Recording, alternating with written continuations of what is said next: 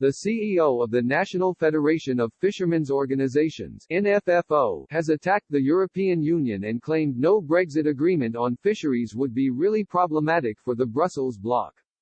The October deadline for Brexit negotiations has come and gone, with neither side able to come to an agreement on fishing rights for EU vessels in UK waters under a new relationship.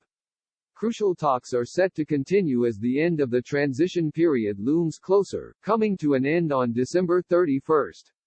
Negotiations were gridlocked over issues such as fishing and state aid, but the CEO of the NFFO has claimed the EU created an artificial linkage between trade and fisheries.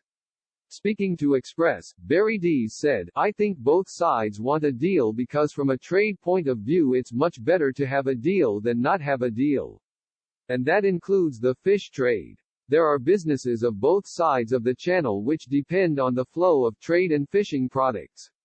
But in a no-deal situation we would have to trade under WTO terms, which wouldn't be as advantageous and it would be problematic. But having said that, I don't think the UK will or should surrender on fishing rights to get a deal. It's the EU that has made this artificial linkage between trade and fisheries. In our mind, they are two completely separate issues which should be dealt with separately. It's the EU who has made this linkage. We can understand why they have made the linkage because it has got very weak leverage in fisheries. Their boats take about 5 times as much out of UK waters as we take out of EU waters. So not having access is really problematic to them. As the transition period is set to come to an end on December 31, with or without a deal in place, Mr. Dees claimed the EU knows how damaging no deal will be. He continued, "If you look at it in terms of fishing rights, then if there is no deal we go into annual negotiations with the EU for a standalone arrangement for 2021. Exactly the same issues arise there. Without an annual agreement there will be no access to UK waters and the issue of quota shares will appear again. So the EU knows not having a deal means problems on fishing rights very soon, from January 1. The UK's chief Brexit negotiator David Frost has suggested a glide path towards an end point for future fisheries could be on the cards.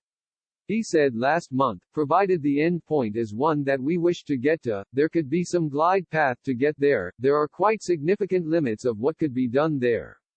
I don't think we would wish to close an agreement that didn't satisfy the reasonable expectations of UK fishermen." Mr. Dees also believes any delay to Brexit would cause increasing frustrations in the fishing industry. He said, "I think the industry, having been tied into disadvantaged terms for 40 years, would be somewhat frustrated with any further delay, but I think the more important point is how long the glide path would last and what the destination is.